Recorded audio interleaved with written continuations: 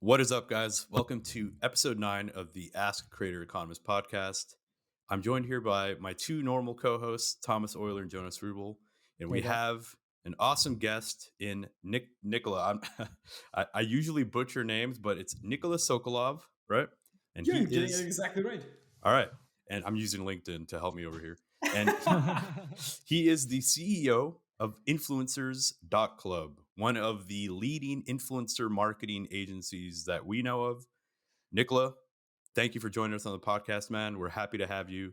You did make an appearance on a previous on our other podcast, the Liquidicast, not too long ago. So Nikola is a friend of both podcasts as of now. And Nikola, why don't you give us like a quick little intro? Maybe I didn't do you justice. Just go ahead and take it away, man. Well, first of all, thank you. It's a pleasure to be here. Giving intro about myself. I mean, I make CEO it of easier, Influencers. Nicola. I make it easier Yeah, for you. please. I mean, what we do on the ACE podcast, of course, is we help creators answer their questions or people who work in the creator economy. So maybe focus on what are like the top 3 things that you help your clients with and that you know about the creator economy space. Straight Where can into you it, huh? help people with? Okay, so top 3 things that I know about the creator economy. That's very hard to answer. However, I think that mostly we help connecting companies, especially creator economy companies, with the right creators. So that means that we're probably understanding both sort of sides of the coin, which is one, what a creator economy company needs, but then also who are the creators that might benefit from whatever the offering might be, and how do you approach them correctly. Like, I think that's the sort of magic that we're working on. Help with? Yeah, that's. And I mean, we disclosed on the other episode, so maybe let's mention it here. We also work together professionally, our both our companies. So I can definitely say yes, you do. So Yeah, and Thank you. one more thing about Nikola. So Nikola, you do have a weekly newsletter, right, that you do publish. Yep. What's Yep. the name of that? Just real quick. Oh, creator economy newsflash. But I hate the name because it was like a placeholder for the real name. The real name we never got to actually. I mean, I it's mean that it's happens SEO so rich. often.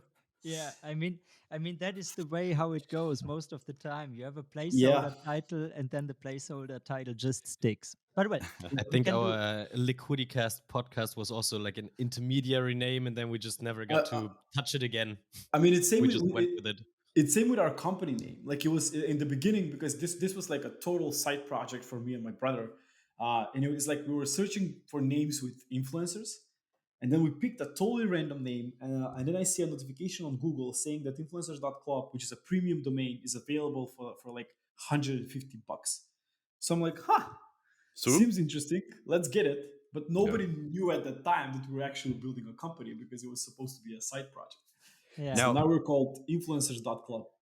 So hey, Nikola, you go ahead, Thomas. in case if that is like your topic, Nicola, also to our listeners, I think in the very first episode we had a big deep dive around a question on branding. So if you want to do better than we did, then jump on episode 1 of the ACE podcast, and you can learn about branding. Ron, what did you want to say? No, I was just gonna say, Nikola, right now, like a lot of your elevator pitch is centered around like creators and the creator economy. And did you guys do like a hard pivot where a lot of your messaging started with like influencers and influencer marketing to kind of creators and creator marketing? Uh, I wouldn't call it a hard pivot. So here's what happened. Like, briefly, right? Yeah. We were selling in the beginning, like, it was because even though I've worked in marketing for a long time, I come from a computer science background. So we built a small Python automation tool where you could text an influencer a certain keyword, and he would reply with a DM that is sort of templated based on the keyword. That right now, that's part of the official API, so no need to sort of work around it. But back in 2017, 2016, it wasn't. And we were selling that tool specifically to influencers and brand accounts, but yeah, mostly influencers, I would say, uh, that were using their social channels to sell something, or we're getting a lot of bookings through DM, whatever that might be. And it was that, and then we realized that the way that we were doing that, i.e., like email marketing and selling to influencers and data and finding the right people and all that stuff, um, was something that we were the only company that was doing out there. Like, you could get to other influencer dashboards, but they don't have, still don't have metrics around how much a given creator is making. Do they have a community? How big is their community? What tools are they using? Like, everything around the creator as a business. And we needed that because we were targeting creators that were a business. So that's when we realized, okay, the data part and our outreach part is becoming way more valuable than the tool that we were selling. So we went to that, and then we didn't call them creators, but I noticed that a lot of people that I follow and respect on LinkedIn started going from influencers as a keyword to creators as a keyword. And as a marketer, that was our chance, right? Because going Yeah. into a space where that's it's not really mature, but it has existed for the past, like, I would say 7-8 years. It's very hard to rank for how to find influencers, but it's very easy, or at least it was very easy, to rank for how to find creators. So we decided to really go from a marketing perspective all in on creators. But then also, as we were doing that, the distinction happened between influencers are now people that mostly work with brands to advertise them, whereas creators, or at least the definition, and I know we spoke about that in the episode, right, Yeah, as listen to well, this the as well. definition for creators was becoming more of a people that are using their social media channels to establish a community, monetize that community, and build businesses on top of that, versus just advertising revenue. Okay, cool. So it all worked in our favor. Yeah. We were lucky a bit. Yeah, Sure. I think that's what I suspected. There's like going from a potentially saturated market to something that's maybe SEO friendly, a little bit of opportunity there. I mean, it makes sense, right? Like, I think at Liquidity Team, we've done something similar, or we've followed similar trends, so the trends that have good sentiment, it's like, let's address that market and let's create content that serves that market. So I think it's just a smart move, smart thing to do, for sure. Uh, just one short note here, and I don't know if this is relevant, but it's my strong opinion on the topic. Like, when building a business, um, from a marketing perspective, there are two things that matter: short-term sort of goals and how do you get revenue right now, which is typically done by the sales team, but it can also be done by marketing via paid outreach, right? Whatever. And then the long-term focus, which is mostly SEO, because you don't build SEO from now and to Yeah. the next month. You build SEO from now to next year, or in 2 years from now. Yeah. Sure. So It's you Well, need like to but have then it also it's depend. Then it also depends. Like, if there is something that is super hot but really new, then you can get quick results on this. Like to give one example, and true. then maybe we get to the actual questions. But I guess all this is also helpful to at least a majority of creators, so we can stay on this for a second. Like, there was like the idea of Web3 blockchain just came to the sports world at some point, and then I wrote something on Medium, the tokenization playbook for the sports industry.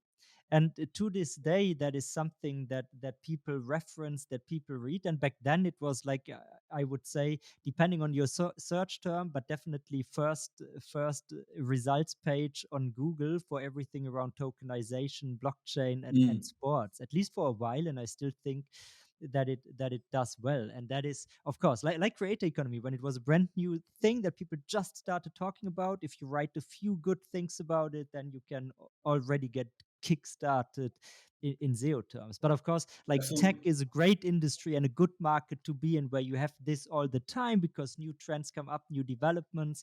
And then in other areas, maybe in cooking, like, there are not so many new pasta variations that come on the market every year. So yeah. Absolutely. Yeah, I Absolutely. think I Absolutely. think it's such a crazy hack that I've seen so many creators do in the past, where they'll piggyback off of current trends, right? So, like, let's take YouTubers for example.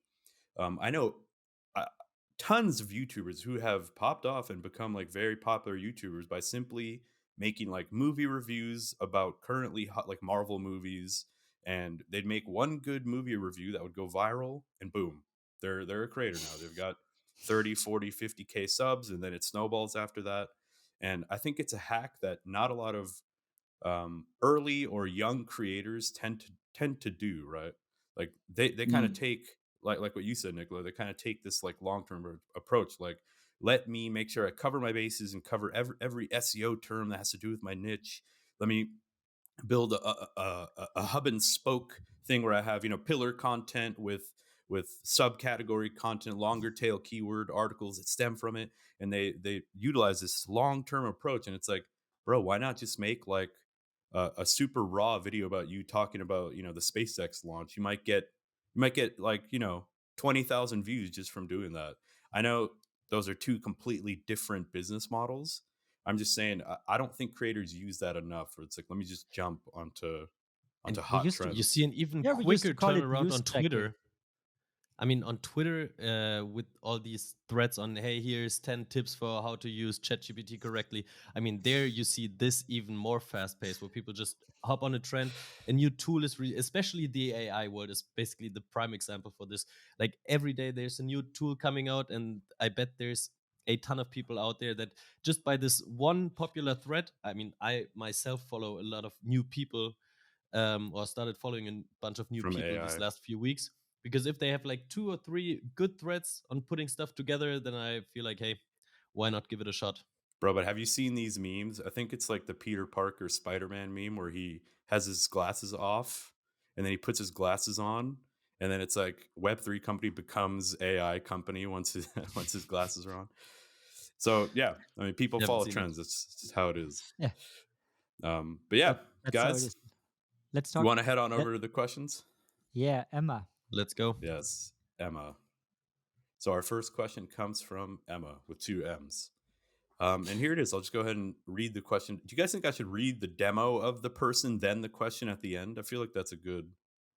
So Emma, she's a dog care and training content creator. Her main topics are dog care, training, and behavior, and she's interested in producing and selling a line of eco-friendly dog beds that are both comfortable for dogs and aesthetically pleasing for owners. So those are some of the things about Emma, and here is her question. I'm a YouTuber in the dog care and training space. I have more than 100,000 subs. Now I'm interested in partnering with a brand to produce and sell dog products. I've seen other creators succeed with their own product lines. Specifically, I'm thinking about creating a line of eco friendly dog beds that are both comfortable for dogs and look good for owners. However, I need to figure out how to find the right partner to bring my vision to life. I talked to some brands already. This is a long one. One wanted to simply pay me up front to use my name on the product. So that's one. Number two, another one wanted to give me a 20% revenue share, but nothing up front. So those are the two options. I also consider doing this myself, but this might be the most complicated approach, as I would have to work with designers, set up production, and so on. I assume you do not know a lot about dog products, but maybe you have some general advice and know more about how other creators go about their products. So let me try to condense that real quick. Dog YouTuber, 100K subs. She wants to start selling products, and she wants to find a partner. Two options. They wanted to pay her upfront and use her name on the product, so just lump sum payment to use her name and her brand. License model. Second one is a revenue share, so no upfront capital, but a 20% revenue share. I'm taking the revenue share, but who wants to jump on this question first? You go, Nikola. Okay, so I just spoke with I can't remember the company. They have like this huge factory in Detroit. I think like 2,000 employees in the factory, and want to handle pretty much 400 plus products that any creator would want to create, along with helping them with marketing, Across all domains or distribution. mostly clothing or what? So the pitch was, because I don't know the factory. I don't. I mean, I don't. I still don't know exactly what they have. The pitch was that they can create a lot of stuff, a, a ton, like from mugs and everything. So I don't know, but it might be a good option. However, there are multiple companies there that sort of brand themselves as merch companies, and my suggestion, like what we notice is that, and congrats to Emma because she's open to everything, which is quite interesting because not a lot of creators are, or at least thinking about, are willing to do that themselves, even though they because they know how much work is required. So, in my opinion, I would go, especially if I'm starting out, with a partner that's going to help me not just create the items, but then also how do we structure the sales, marketing process, distribution, all of that stuff, versus going at it alone. I think there are a lot of better offers than 20%. Um, at least that's what I'm hearing. I don't know if that's the actual case of what actually is happening down the funnel, but from the companies that are approaching us, there are better offers than 20%. So what would you Okay. be? And I What mean, would maybe you say to Emma? What should she be looking for based on what you see in the market? I mean, even though it's not Ex- necessarily DocBet specific, but Yeah, I don't know about the specific product. I think sure, that margin can be higher. At least I would say around 30 at least. at least, Uh, yeah. um, and then look for partners that could not just manufacture that, but then also help with everything else in terms of support, and all that stuff. Because if she's giving away 70% of the sales, which are mostly done through her as a channel, then I would ask for at least more But support. let me Yeah. ask you the guys question is, something. Nicola, no, but Nicola, maybe one question between. Um, in the end, there's also two approaches to this, right? One is you really do set it up as your own brand, whatever, Emma Mhm. Dog Beds. The other one would be a collaborative approach, like the Dog Brand X Feed Emma Dog Bed line, Gucci by Emma, DocBets. Gucci by Emma, exactly. Mm. Like at first sight, which one do you think is more favorable? I mean, depends. It depends on whether she wants to do this long term or not, and I don't know if that's a decision that she can make right now. Um, if she's considering doing this long term, and I think you mentioned around it, she has 200K Subs, yeah, Yeah, that's what she 100K says. subs. subs, right? So probably wants to do this long term. So I would go with my own brand. It's Yeah. it will be more difficult, probably. It always is, but at the end, it's a lot more worth it. It's also like a leverage thing, right? Like, let's say it was Gucci. If it was Gucci, bro, I'll take 10%. Yeah, You yeah, know what I it's, mean? it's Gucci. And it's like how much work do you want to put in? You know, if you want like the quick payday and you want the quick money, maybe you go one route. While if you like you said, Nicola, if it's a long term play and you want to establish your own product line, you have complete control of the supply side as well. That can help. You know, you can cut some deals with your suppliers. You can cut. I don't know. I'm not an But it obviously takes ecom time guy, away so from your other yeah. Yeah, business and But this could creating become your main videos, all business of this model, stuff. Yeah, and don't you then think? it depends on true. what you want to do. Yeah, exactly what Jonas is saying. Because not a lot of creators, and I can tell you from our experience, 90% of creators don't want to bother with the business part. They want to have the business, they just don't want to deal with that. They want to Yeah. keep creating Yeah. content. And if that's what she wants to do, then pick the route that is least Nicola. going to impact the So, creator career.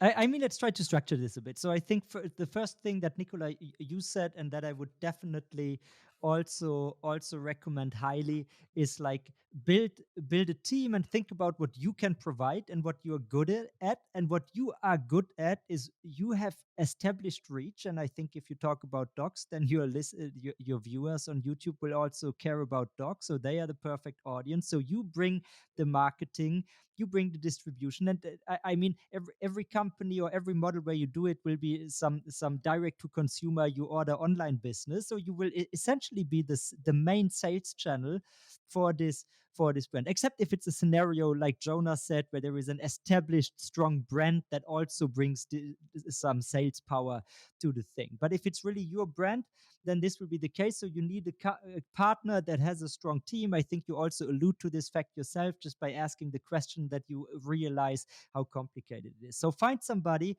who not only can produce dock beds, but also, for instance, can handle shipment or shipping and fulfillment and all the hard stuff. Get this sorted out, but also definitely don't do it for 20%, because in the end you will bring the sales to the thing, and like 30%, maybe even more, depending also on the price point you're looking at, right? I don't know what the premium dock beds can cost and how high the margin is from just production costs, but definitely 30 or more percent should be in your bank account at the end of the day. And then Except for when it's Gucci. except for when it's Gucci. Take a cool 5. Yeah. So Yeah, well put, Thomas. so and then I think another aspect in there is like you have 100K, which is good. I think it's a good size to start a business like this, but you are also not at like 1 million, which where then you can be sure that you are going to sell a certain number of it, but it needs to grow with you together. So I think you definitely need to set it up in a way that you can still produce content and also focus on growing your content, which then also says like don't go in and found this dog company, because then you will just be a dog bed company boss having to deal with all the other stuff, and you won't be able to focus on content. So keep this time slot for content production, for growth, because if you don't do this, your company will fail. Yeah. One more thing, Emma. You said you assume we don't know a lot about dog products. Well, it happens to be quite the opposite. One of my best friends' family owns one of a large dog food and dog supply company. And if you're interested in an introduction, send me a mail. Reach out. All right. Okay. There we go. That's good to know. Hey, and just one more thing that I want to kind of throw in on the side. But there was a company concept that I had in mind. So many listeners will be aware that we also do a lot in the sports industry, in the sports business. And I thought like a cool company to build would be like a white label sneaker company, where you basically you don't create the Adidas or Nike, but instead you say you go to an NBA player or to a football player and you say, here's your shoe, your sneaker in your brand, but it's your brand, and you build all the infrastructure and do everything to produce good shoes, to do the shipment, all the hard work, and the design is done with the input of the guy, and they can take a majority of the sales. That Like was sneakers as a service. and it sounds like the company you mentioned. Yeah, exactly. And I think Nikola, the company you mentioned in Detroit, if I understood it correctly, has a similar approach, just focused on the creator market. And I think we are going to see more and more of these offerings that are made for this. One thing I mentioned maybe on another podcast at some point, but there is a top-selling German iced tea of 2021 was the iced tea by a rapper. And this rapper, interestingly, yet the same.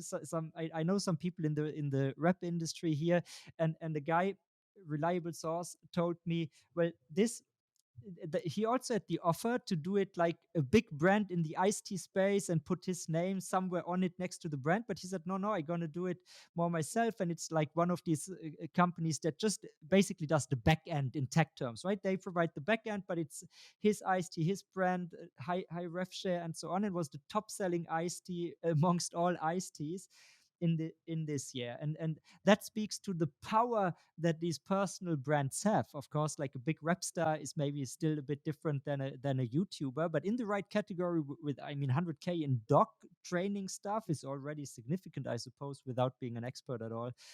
I guess But you're talking about the same rapper that also successfully sells frozen pizza. The maybe Capital Bra I'm not Pizza. sure. Is there anyone that sells successfully frozen pizza?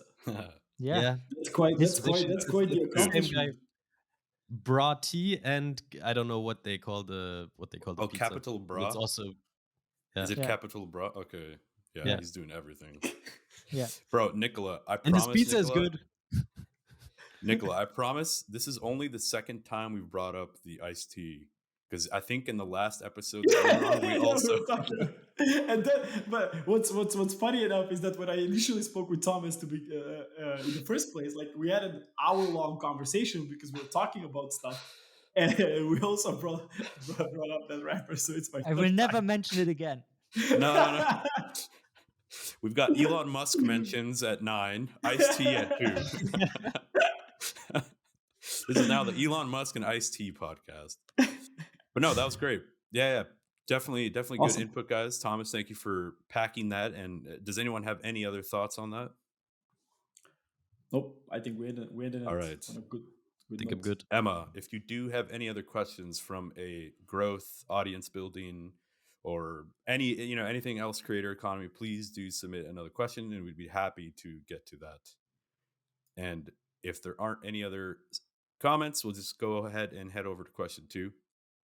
And it comes from Audrey. Audrey is an influencer marketing manager at a cosmetics company. And her main channels are Instagram and YouTube. And beauty and skincare are the 2 topics, the 2 niches.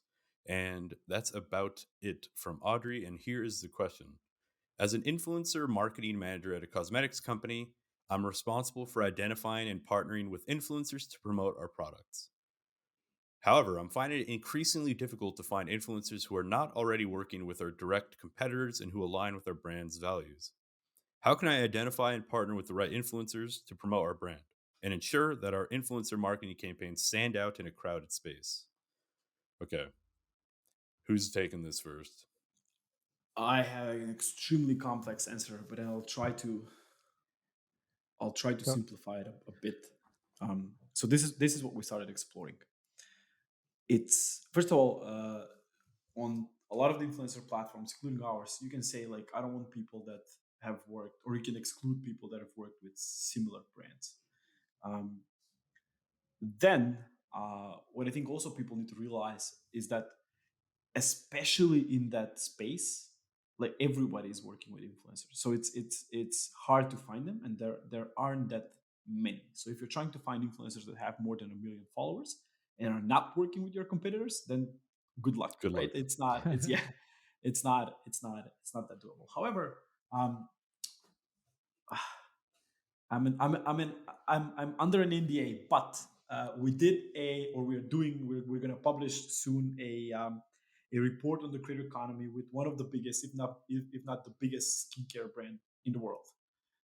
So what they wanted to know, and what was very interesting to find out, is that influencers from not zero, but let's say 1,000 to 250,000 followers are 66% of the market in terms of if you combine the followers, and they're on average they're getting 10x the number of engagements and views versus the bigger The influencers. biggest ones. So it's way harder to manage, let's say 20, 30, 50 influencers versus just 5.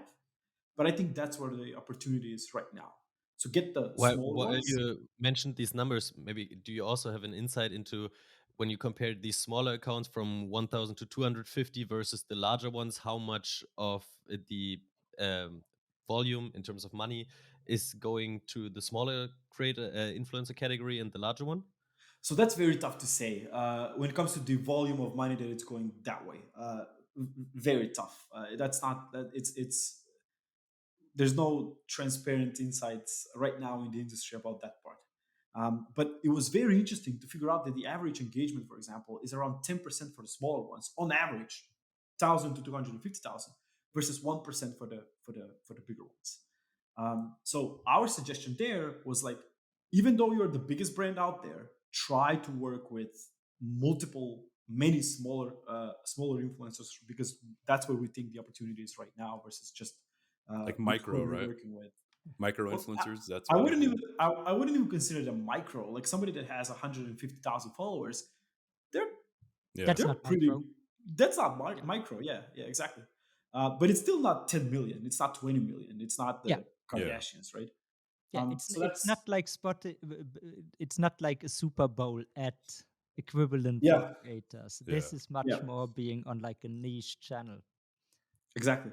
And what we're testing out internally, and I think that if it's not us, somebody else would bring it to market eventually, is trying to, because I think that the second part of the question was relating to how do we find somebody that shares our values. Now, that's very hard to find, very Yeah. hard to find, unless you're scrolling through them manually. However, with the rise of AI, especially in the last month, like I can't believe that a month changed everything.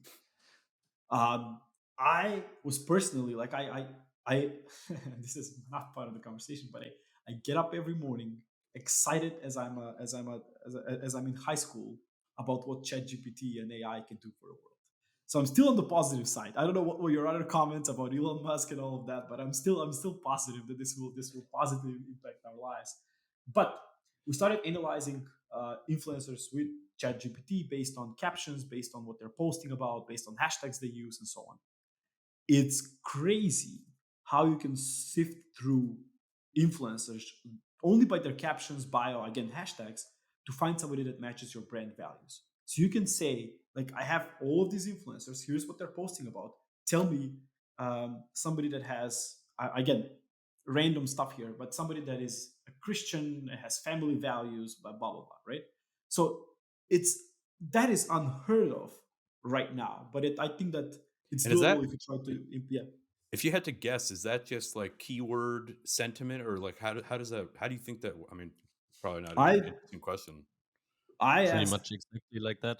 Okay. yeah, yeah. It's I it's mean, it's looking keyword for the right analysis and keywords. context, If there's like but a it's proverb from the Bible, maybe it can detect that, right? Because I know a lot of people put like it can proverbs or like, detect everything. Like for example, I asked just by the captions, I asked like, can you tell whether this creator is married or not? And it blew my damn. mind. By the way, the response was, I can't comment about his marital status because I don't know for sure, but he's mentioning a birthday message to his ray of sunshine, which probably implicates that he has a long-term relationship or a significant other. Could be his And I'm PS5, like, man. what? Oh, True, it could You be. never know. it, I've once it called could be. my gaming PC a ray of sunshine. So But but on the keyword section, Jonas, it's not just keywords, right? A ray of sunshine doesn't mean anything unless you understand the full sentence patterns. and Yeah, how yeah, Yeah, and okay, how but that but can. still, like for ChatGPT, this is still treated like a keyword. I mean, keyword not in the sense of like the hashtags that you use, Yeah, but yeah. basically for these little hints and cues, maybe even figuring out the yeah. creator owns a dog from saying, "Hey, I went outside and threw a stick." Like even that might be damn. ChatGPT could pick up. The data True. set contained enough ray of sunshines that close to marriage and wife stuff and girlfriend stuff, so that Um, ChatGPT understands. Yeah, We but did I mean it's detect. an impressive tool. And so I think that the short answer that Nikola is not giving, but that I will be saying is, Audrey, probably you need to get in touch with Nikola and his company, because he can solve a lot for this. But yeah, I would also, just from gut feel, because it's your daily business and it's not mine, but I would have also said, like, look a bit in the long tail of creators and see who you can find there who provides a lot of value, because there is another added upside element that comes with it. If you bet on the medium sized and smaller people, aspiring creators, you can grow with them. So maybe it could even make sense if you are smart about analyzing like growth data of different influencers. Maybe you could even you could even identify good bets to create like long-term partnerships, because you could maybe predict, not with like a reliability of like 100%, but you could predict who of these 20 people has a good chance to become quite successful, and then you make 5 to 10 long-term contracts with people. But it's kind of the same. absolutely agree. It's kind of the same sentiment that we talked about, I think, in our last episode, where like we mentioned, if you're looking for an agency to work with or something, like, do you want to work with like a huge agency that has, you know, thousands of clients, where you might get, you know, some intern account manager to work on your account, or do you want to work with like a smaller boutique agency where they're going to give you like 100% of their effort, their time? You guys can grow together. It's pretty much the same sentiment. Like if you are a person looking for an influencer, treat it like, who am I about to partner with, you know? And I guess going back to what I said when I mentioned micro influencer, um, I always thought that micro influencer wasn't necessarily on how many people follow them, but it was on like how micro their category or their niche is. So maybe that's what, is that what we mean when we say micro influencer? Maybe I'm fully wrong. No, what's a polite way of saying you're you're wrong? No, in terms Just of say it. no. Sorry, I was joking a bit there. The general consensus is that it's based on the follower count. Okay. Like you're correct though when it comes to like, but that's more of a niche, I would say. That's how Yeah, micro I would niche. prefer it. Yeah, micro niche or Yeah. something like that. Yeah. Yeah. Fair enough. Okay. Anybody Yeah. else? Jonas, you've been awfully quiet. Yeah, not so much my topic. Yeah. But Same. I was surprised actually. I mean, gut feeling, I would have said this exact same thing. Go for the smaller accounts and get more of them for the same budget than that you get actual 10x the engagement. This I thought was a bit surprising. I would have guessed like 3-4 times if you get lucky. Same for me. Same for me. I wouldn't have guessed it either. And Yeah. nothing to add. I mean, also Okay. doubling down on what Thomas said. If you get a small creator that is just getting started, if they focus their capacity on just 3 partnerships that they might have in total, and you are one of the 3, a completely different cooperation model than if you work with somebody that has 20 and really needs to hassle through making stories and posts for their skincare partner and their leisure wear partner and their whatever swimwear partner, all of that stuff. Yeah, I think a very interesting metric that like I'm a huge fan of when it comes to like prospecting and finding good prospects or good leads for anything. A good metric is like growth rates, right? So everybody falls in love with this. How many followers do they have? What's their total reach? What's their total whatever? Like I think growth rates can be like, it's like investing in a penny stock, having insider trading or having insider information. You know, it's like, damn, this person's growing like crazy. They're publishing content, 5 times a week. They're still small. They're still on the uptrend. Like those to me are like the perfect prospects to try to establish I mean, partnerships with. Nicola, And what's one your more insight thing. into this? Have you ever, Go in ahead. the context of products, dabbled with like growth predictions, or are brands already looking at this in your experience, or are they just looking at reach right now mostly? And is that maybe a market inefficiency? Well, depends on the most of them. That is a market inefficiency. Absolutely. Most of them are looking at what's right now versus the potential and the growth rate. Yeah. Companies that are considering creators long term look at the growth rate, but there's only a few of them.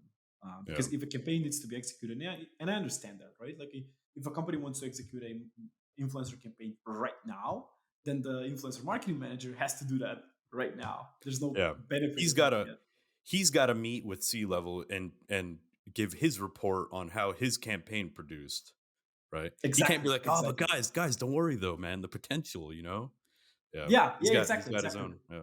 But when talking to founders, I think that they understand that a lot more in terms of the long-term play and the long-term value of people. It's like the SEO of influencer marketing. Exactly. Guys, in 3 years.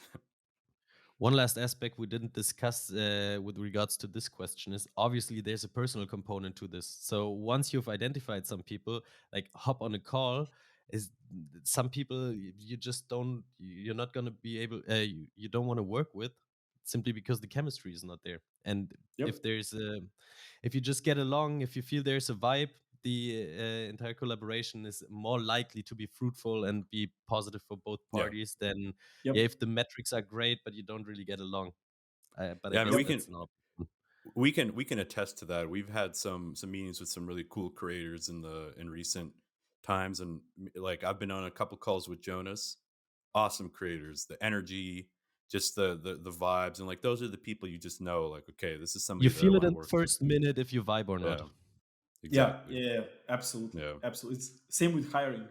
Yeah, but you In can't general. quantify that. You can't ask Yeah, ChatGPT like, am I gonna like this person's face? You just you can't. but that There's no way. that's Not good for yet, us not because yet. not That's Not yet. yet. always going to come down to We're a manual still process.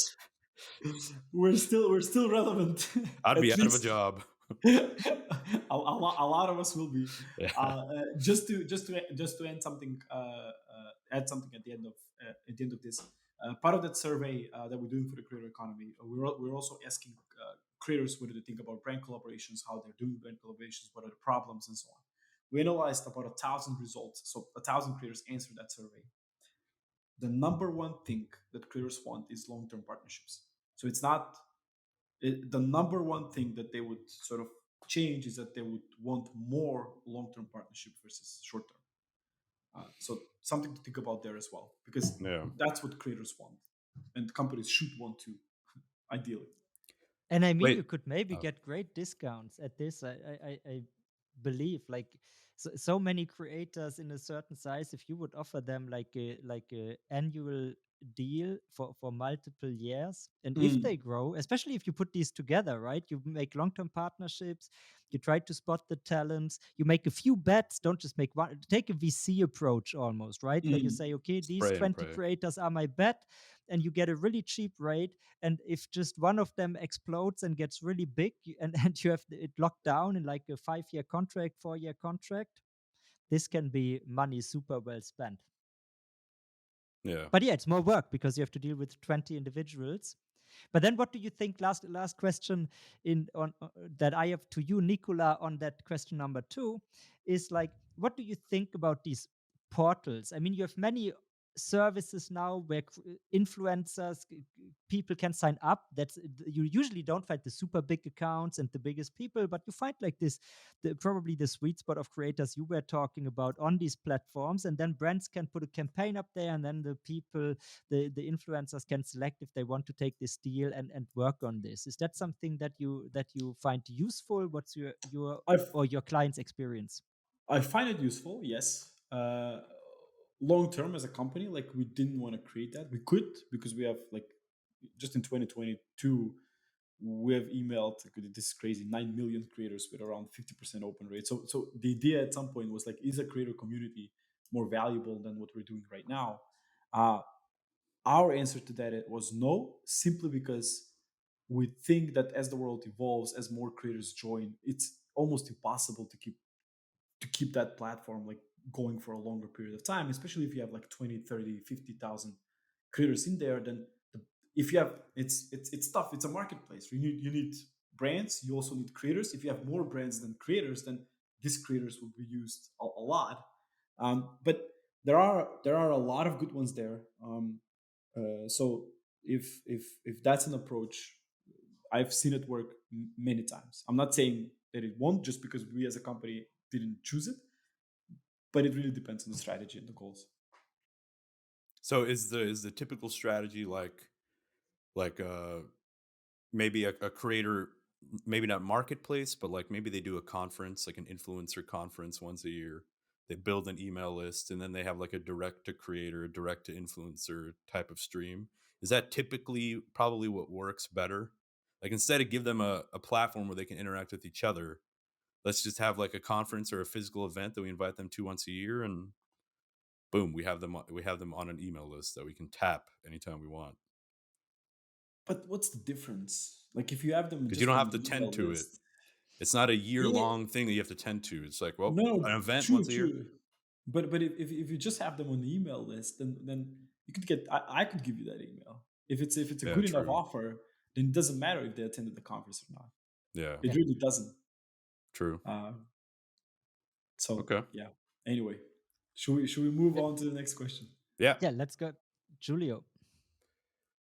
Julio. So Julio is an influencer marketing manager at a video game company. And his main channel is YouTube and Twitch, and they do gaming. So it's a gaming YouTube and Twitch channel.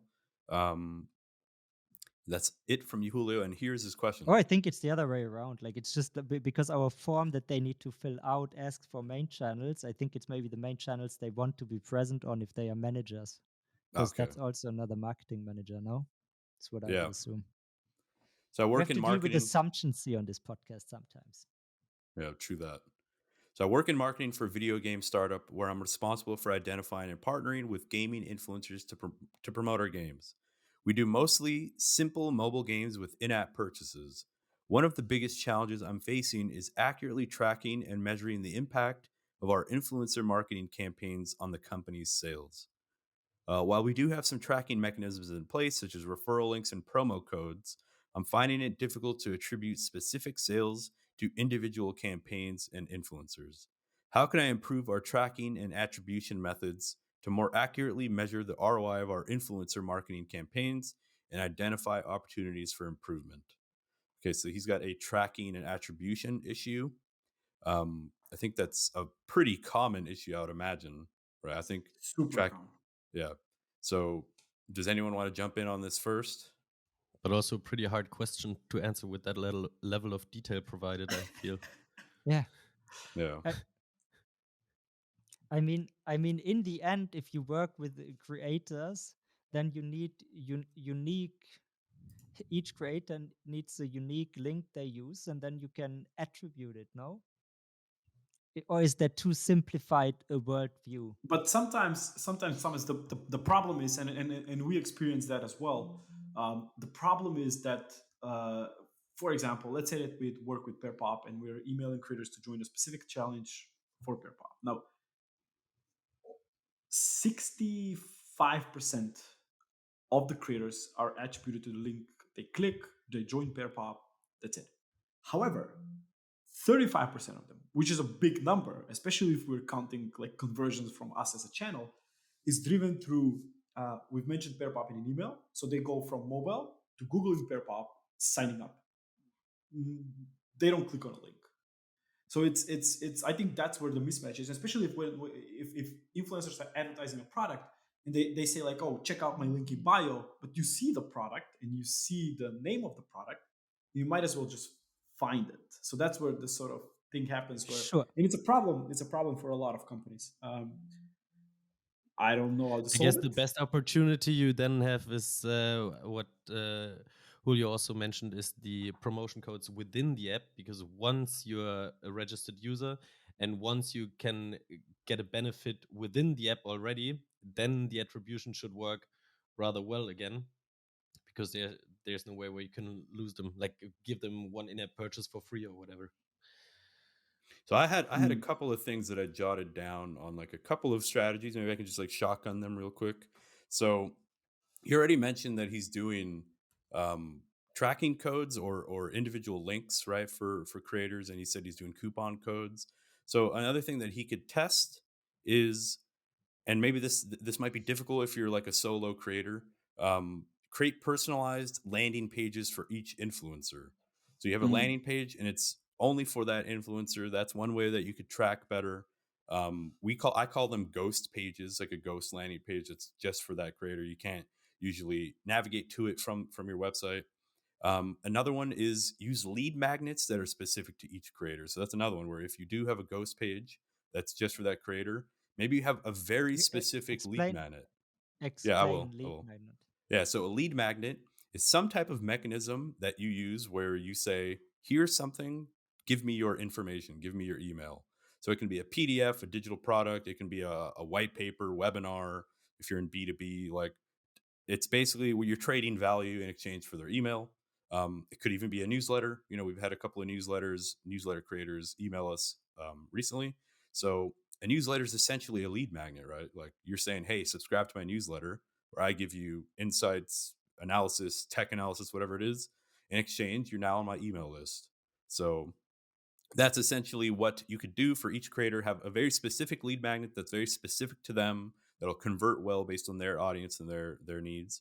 Another thing is to monitor like the actual social media engagement metrics of that creator, right? So if you launch a campaign with an influencer, you can actually check their metrics to see how that campaign performed, right? So which maybe Nikola can comment on that. Like, is that something that you guys typically do, where you share information with influencers, where they tell you how things performed? So we rarely do that as a company. Like we're mostly Okay, towards again creator economy companies trying to get you're creators helping to the their. companies, not the yeah. I mean, we're not doing brand advertisements, so we're not like companies don't approach us with like, hey, they do. We just say no as an agency, and we just give them details Referral. around who they can work with. Now, in Yep. terms of the creators, then they handle the process themselves. Um, Everything that you said is definitely something they do, as something a lot of brands do. It will never be 100%, but that's just the reality of it. Like the way that I'm sort of judging whether my marketing team does well on LinkedIn is not by just counting clicks from LinkedIn, but then also looking at direct traffic. Do we see a spike? Do we see like unattributed traffic? Do we see a spike in that? It's Yeah. it's it is what it like Shopify, for example. Like we had a business on Shopify, we closed that, and I see Mr. Beast mentioning Shopify. I know Shopify. I would go in and sign up. It will never be from. I mean, Yeah. in their It will perspective, not be in their attributed analytics, to Mr. Beast. yeah, it wouldn't be attributed to Mr. Beast, but it's still because of that. It's So like a partial attribution, right? Yeah. yeah, Yeah. it's tough. It's I tough, guess but I it's guess the more complex the product is also impacts, how complex attribution then becomes. Like, for example, in B2B, I know this is a creator economy podcast, but in B2B, sales cycles are long. They could be up to a year and a half, 2 years sometimes. And how do you attribute one specific marketing outreach or sales outreach or marketing element? It's near impossible. And I think with influence, like you said, Nikola, that's just the game. You're just going to Yeah. know that when you work with influencers, like even using like hey, you know, I, I don't know what it is. Maybe Nikola can comment on it. Like when we launch this campaign with an influencer for the next, maybe it's a week, maybe it's 2 weeks, maybe it's 3 weeks. We're going to track the performance of our product in those 3 weeks. How much of that growth can you attribute to that influencer? And why is it 3 weeks? Why is it 2 weeks? Does that give you statistically significant data? How do companies like find these things out? I mean, as like somebody running a startup, what I would be telling to you is like, don't over engineer it at this point, because what Nikola says definitely true. You will, so there is one data point that you as a company can always look at, and that is your top line, right? How much is coming in, and if you do certain activities, marketing activities, sales activities, and your top line is increasing around the same time or with a little bit of delay, then probably it's working to some extent. And then look at the easy to get but most relevant high level data points. Like, look at, of course, if you have like coupons or tracking codes, look at this, track it, attribute it to the creators, look at the performance data, but do the stuff that you can do quickly, and don't aim to get like a perfect picture of exactly how many leads which creator brings. You can still, I mean, if there are people who bring 0 signups, then kick them out, and stay with the ones who do best, and maybe double down on those. But get like a good picture, a good understanding of the performance you get. But as a marketing person, instead of not wasting, but you can spend, if you're not, and you mentioned it's a video game startup, it's not a huge corporation, you can spend a lot of resources in optimizing the data you get, but probably you don't have the resources. So don't invest into this, but rather invest into getting more clients, doing more marketing activities to grow your top line. And then maybe later, when you're a super mature organization and you need to find these little inefficiencies in your approach and optimize spending, then you can get super deep into optimizing your analytical models. Fair enough. Okay. boom. So to package that all, yeah, I think using ghost pages, using lead magnets that are specific to influencers, continue to use coupon codes and specific UTM links for those affiliates. All of that stuff is nice and good and should help you with attribution. I think there are also obviously software. There are software that you can also use, to track attribution a lot better. So you can maybe license the software and use that. Does anyone know one off the top of your head? Yeah. Nope. Google. Google.com. Google. Influencer tracking software. Enter. Or ask ChatGPT. Yeah, exactly. Guys, anything else? Nope. Any other was I- topics? Oh, was that it? This was easy. Yeah, man. We usually do about 3 questions per episode, sometimes 2.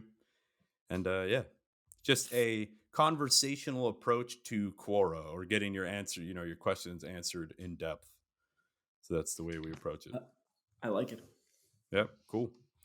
Well, guys, if you're still with us this late into the podcast, I'll say why. And then I'll say thank you for being with us. If you are with us, please subscribe, give it a like, give it a share, send it to a friend, your grandma, your dog, whoever's interested.